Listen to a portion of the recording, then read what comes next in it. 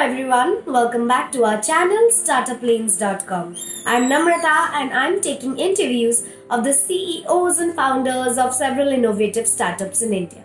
In today's interview, I'll be talking to Mr. Michael Wharton, the founder of EduAims.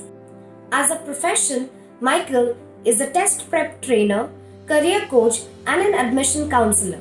But as passion, Michael chooses to be an entrepreneur and a growth hacker. EduAims is an education consultancy catering to the needs of students seeking quality global education. EduAims provides training for GRE, GMAT, IELTS, TOEFL, to name a few. You want to know more about this business? Let's get into the video. Hello, sir. Good afternoon. Thank you for joining today. I'm Namrata and I'll be taking your interview. So if you could please kindly introduce yourself to the audience. Hi, Namrata. Thank you for having me. So my name is Michael and I'm the co-founder and director at EduAims, which is an education consulting firm started about a decade ago. We have offices across Dubai as well as all across India, and what we do is we cater to candidates, working professionals as well as students, young school, college students looking for career advice, post-school choices, as well as general understanding of the framework of how to go about their educational and career setting. Right. So how did you come up with the idea of the startup?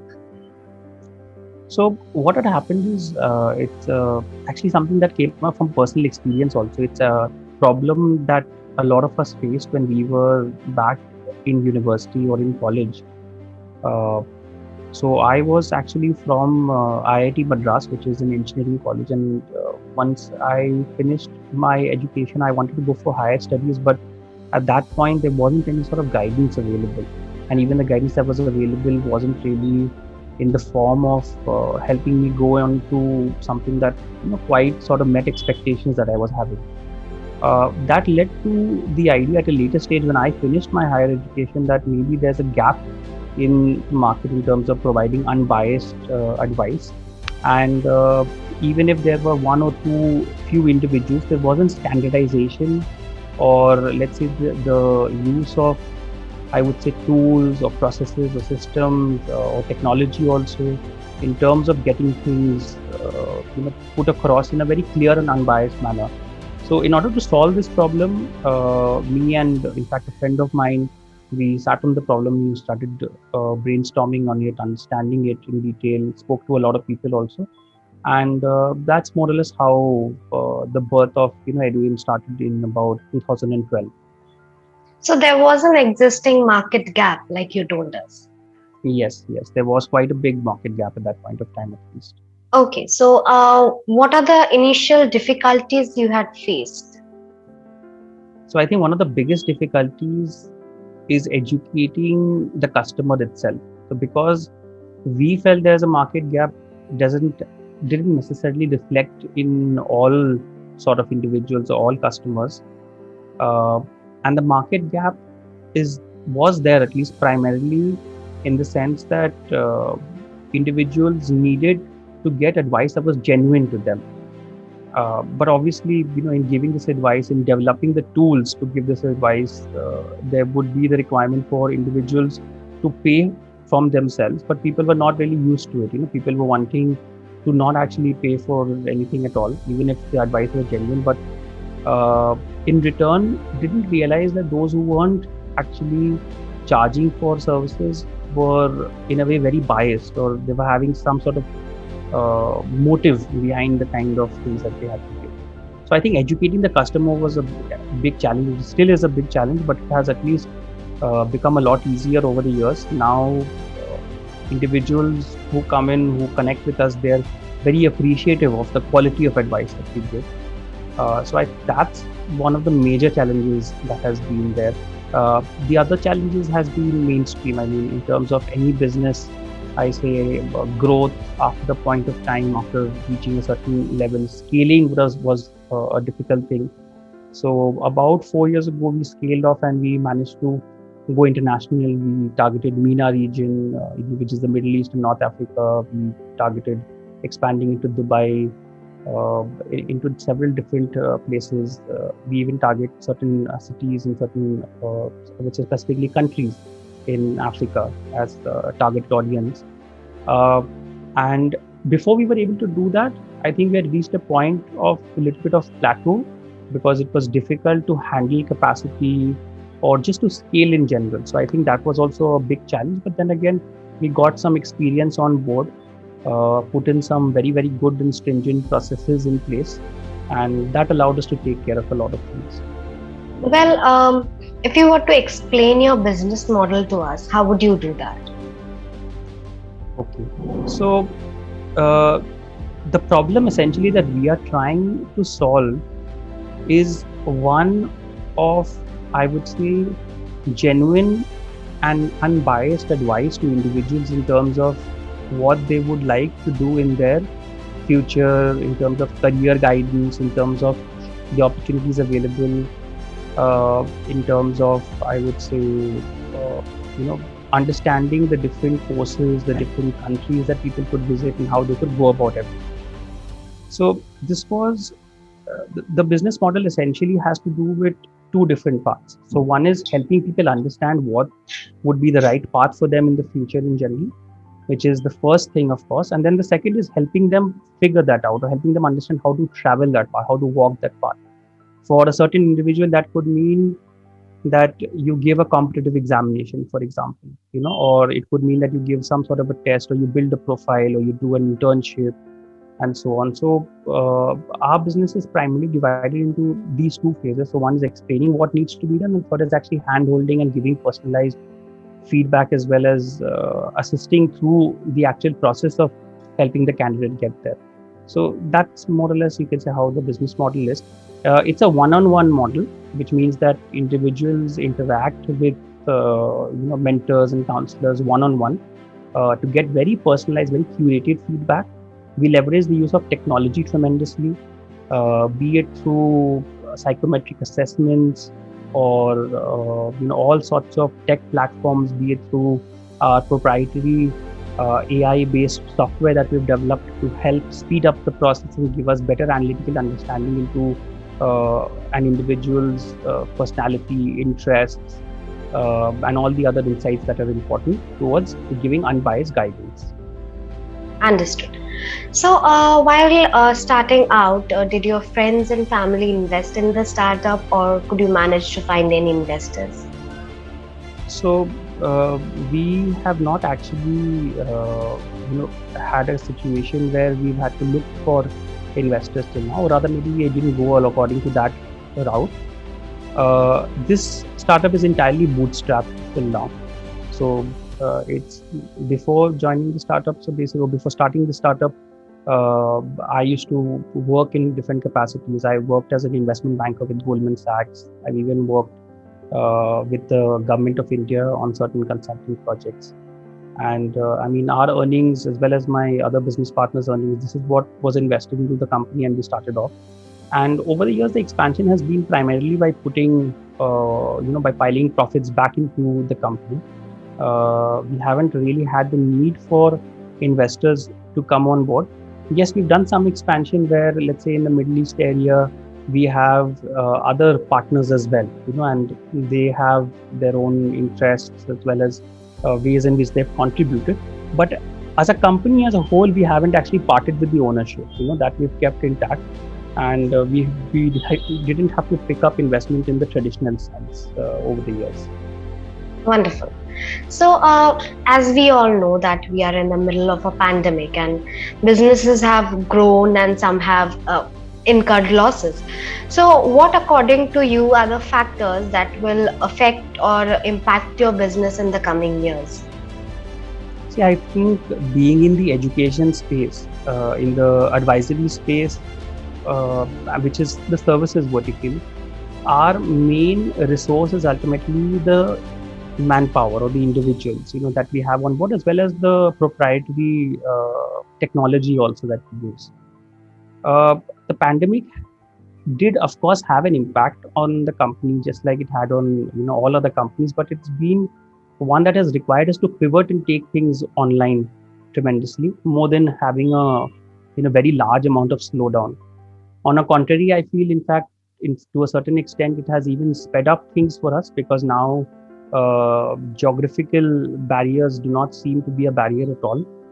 Uh, in the coming years, I think that with the plan that we have, with the kind of trajectory that we on, things will keep getting better and keep growing, and hopefully we would keep being able to add value and give back to the community around us, give back to the people around us, in all ways.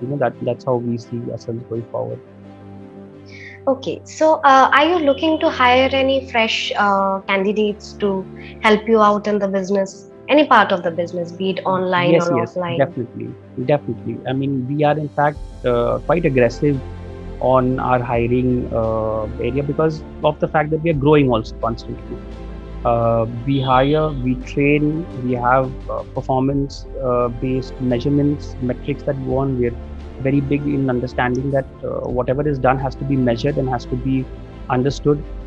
Uh, so hiring is definitely something on the cards. Currently, what we're doing is we have built a lot of infrastructure and people capabilities to handle the capacity from people who want our services.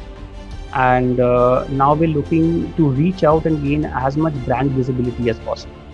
So we're hiring individuals, even freshers, in the areas of outreach managers, marketing outreach managers, individuals who are able to leverage the use of social media technology uh, to create a community of learners. So it's not just about marketing and selling, it's about understanding how the entire mechanism of uh, branding works in the online media, and working towards creating a community. So if there's any individuals who has good communication abilities, has good research abilities, and is tech savvy, who knows how social media and digital marketing in general works, then I would encourage those people to reach out to me, or just maybe write an email into the company, and we would be more than happy to consider those applications.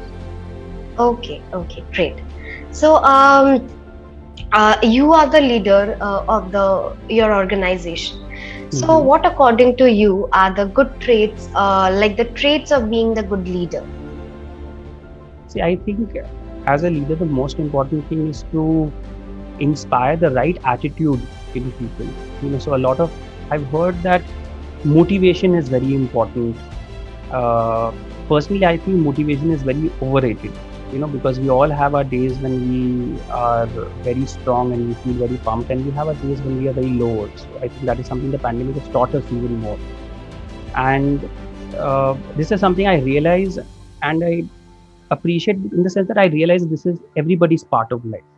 So pushing people is not important, in terms of always being pumped and ready to give their 100%, but having the right attitude, in the sense that inspiring the right habits, seeing that they are on the right track towards personal growth, will automatically inspire, I think, good professionalism and good outcome from individuals.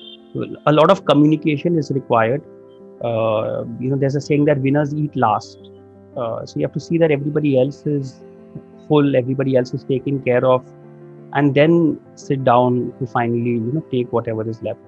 And I think inspiring this attitude in others, the attitude of collaborative learning, attitude of sharing, using different communication channels, it is the smaller things that make a difference as a leader. So for example, always communicate. If something I've seen in friends or other entrepreneurs who I know, as leaders, if if they expect something from a team member, and it doesn't come in that manner, they go on to say, oh, he doesn't know this, or he doesn't do that. But I have seen that if you don't communicate, if you don't tell people what you expect of them, then they won't know what to do. And sometimes it's genuinely them not knowing what to do.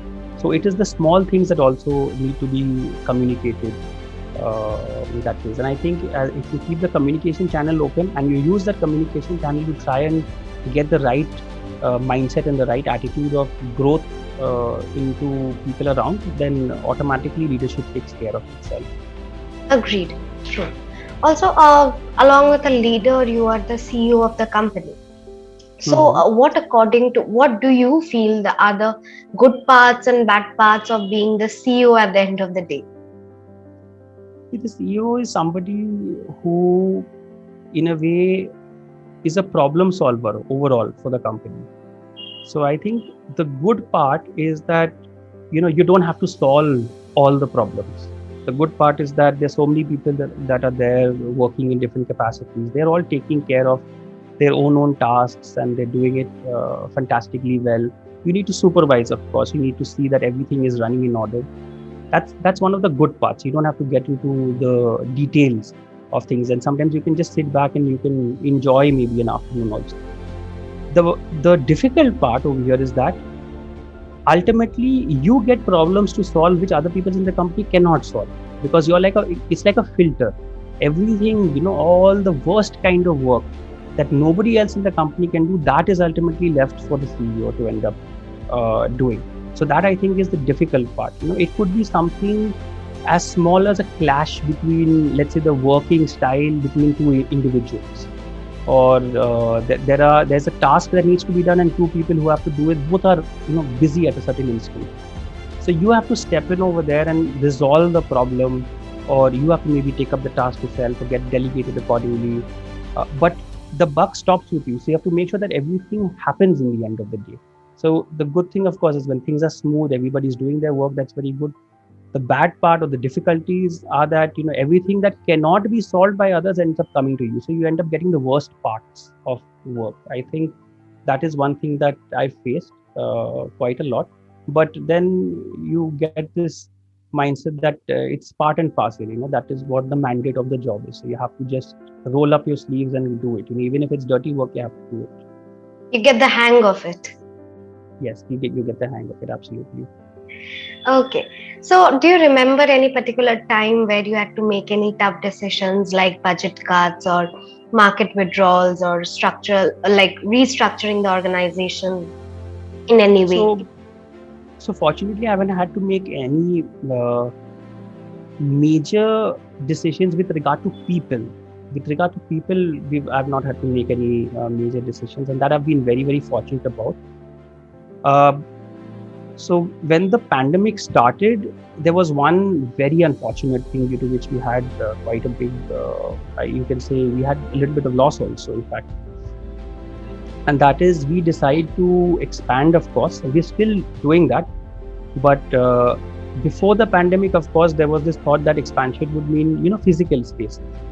And we even went ahead and took a few physical spaces in the month of December and January, December 19 and January 20. And as you would know, the pandemic hit us in March or April. That's when the lockdown started, around the 25th of March.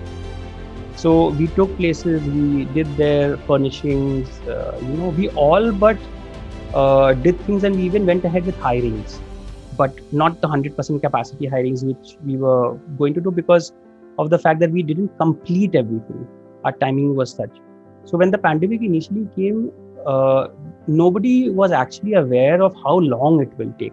People were optimistic, people kept on saying it will take. So we had to cling on to wasted assets. For example, a space in which you pay rental and you keep on having it with you, but you can't use it even though it's furnished because of lockdowns, is a wasted space. But we had to continue that, and after a certain point of time, we realized that we have to let things go. So fortunately, like I said, people we did not have to cut. People we imbibed. Our work still continued to go on. Revenues and all did take a hit initially. We reshuffled everything, but we had to let go of the places which were absolutely made 100% new and fantastic, because we had invested into those places in terms of the furnishings, in terms of the look and the feel and the kind of experience that we wanted people to have when they would come into us. So having to let that go meant that if there were investments that were done, so without getting any return, we had to just forego the investments. Emotionally, there were a lot of people on the board who were vested in the decision to continue, because thought was that you already put in so much of money and time and process, and this was the plan, and this was the thought that we'll open these number of centers, and this is the kind of way. But thankfully, we could convince those who didn't realize at that point of time, and we all at the end had a united decision that it is in the best interest of the company to forego. I think letting go is also a very important part of being a leader. Just because you have had a lot of losses is no reason to continue having more losses. Sometimes you have to just cut your losses. You have to stop and you have to say, okay, I've had my losses. I don't need to make profit before I come out. I don't need to gain before I come out. Sometimes you just have to come out to stop giving yourself more damage. And I think that has helped us tremendously, because then we could allocate whatever resource saving we did into more productive areas, into developing better online resources, into redeveloping our online marketing approaches. And that has worked a lot. So budgetary cuts wise, I think that was one, it was a difficult decision, because this is a time when lockdown wise, things became better, and then vaccination had not yet started. But there were rumors that India had beaten the vaccine, and then the climate of India is also better. So there were so many parameters, and this was like an unknown situation. So in this situation, to take a call that, no, we will stop and we will let go of these installations, it was very difficult, because there is always a thought, okay, suppose we let go and let's say 2 months later or 1 month later, everything is normal. Then we have let go of it. Now you can't take it back again. Now you have to restart everything. But then we had a forward-thinking vision that even if things became normal, we will still, go ahead and pivot our model and continue doing things through our online expansion mode. We will not want to again come back into the physical mode. The physical mode. So I think that was a very difficult decision actually to take. In hindsight, it was the right one for sure. There's no doubt about it. But that's been a tough challenge for us. Understood. So are you looking for any vendors to simplify any part of the business? We always have the requirement for technology-based vendors. Somehow getting trusted, I would say good quality tech development vendors who can complete work on time in the terms of the commitment, and also who do it, who are actually professional and know what they're talking about, is difficult to find, I think, in this market, or maybe in any market also. In the technology space, I think technology is a lot like what we do in terms of education, because how our motive is to be very unbiased, not have we don't have a sales team per se. We have a marketing team that gets people come back to us, but those who deliver our service are also the people who talk to, let's say, initial queries. But of course, when you go for a tech firm, and which is normal, you'll find the sales individual or the client handling individuals are polished, many times they're MBAs, and then the actual ones who do their work aren't, it's not about polish, but they're different. So what you've basically been promised and what you get is sometimes a little different. Not in all companies, this is just based on maybe certain personal experiences. But I think tech vendors a good tech vendor is something that we are constantly on the lookout for. That is one. And secondly, I think in this market, a person who has good interpersonal skills and is willing to, interact with individuals, constantly learn and research and upskill themselves, even that kind of an individual is always looked for. So that isn't a vendor, of course, that's an individual. Those are maybe team members. But vendor-wise, to answer your question, I mean, technology vendors are something that we're looking for constantly. All right. Lastly, do you have any short-term and long-term goals planned for the company?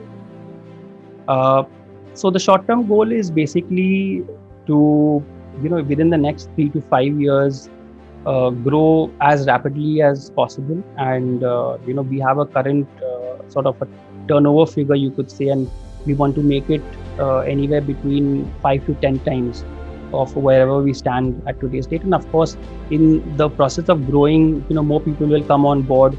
We don't want to do it at all at the compromise of the quality of what we give. And that's one of the reasons, again, of turning down funding and all of that, because we want to maintain our quality even if it comes at the cost of slightly slower growth. There's no problem. Uh, First, long-term goal, I don't think we've thought too much ahead. Though I have a dream, in mind. I do want to ultimately take the company EduAims public someday, and the hope is that someday it can go for an IPO, and maybe largest education-based IPO in history, if that's possible. I would call that a dream, and if it's a reality, it will, in my lifetime, it will absolutely be wonderful. But yes, that's the way we hope we see ourselves to go forward, and hopefully we'll go along that path as well. Okay. But before ending this interview, I'd like to know what are your thoughts about Startup Planes? So Startup Lanes is a wonderful community. I've been a part of it for quite some time now. It's a brilliant network of individuals. I think something like this was definitely not there in the market at all. And in the past, startups was always something that was very illusionary. It was something that was beyond the reach of, you could say, normal folk, normal people, or people that were not in the startup world per se. Startup was something, the term startup would specifically be reserved for people who were in a certain kind of a crowd or attending certain kind of regular meets or whatever. It's still maybe in that category, but Startup Lanes has done a wonderful job in, I would say, equalizing that market, equalizing that domain. More or less anybody who has an enterprising nature can now come on board and understand different terms of different areas of startups. I've used this a lot to educate myself. Being a science and engineering student myself, financial concepts and all are not my strong point. And you don't have time to go everywhere. We are readers. We learn ourselves. So Startup Lanes has been a good platform to learn about simple things in investment, such as a term sheet and formats for those particular aspects, and get some feedback on, let's say, a certain idea. So if you have an idea and you want some feedback on it, if you want to test it in the market, you don't need to do more than maybe just float a message, and you'll get ton of feedback.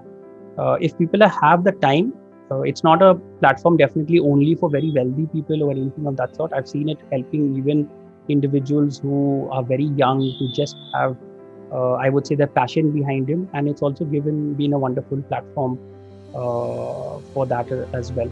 So I think it's doing a wonderful job in terms of educating the masses at large about startups and about the community in general. And with the way it's been evolving and growing and constantly reinventing, constantly thinking about different ways it can offer different opportunities to people, I think it's going on the right track, and it will definitely keep doing extremely well in the future. Well, that would bring an end to this interview. But before leaving, I'd like to say that thank you for joining. Thank you for your time. And it was lovely talking to you and getting to know your startup. Thank you, Namrata. Likewise, it's absolutely wonderful interacting with you. You've been a wonderful host. Thank you so much. Thank you so much. Thank you. All right. Take care then. Thank you. Yeah.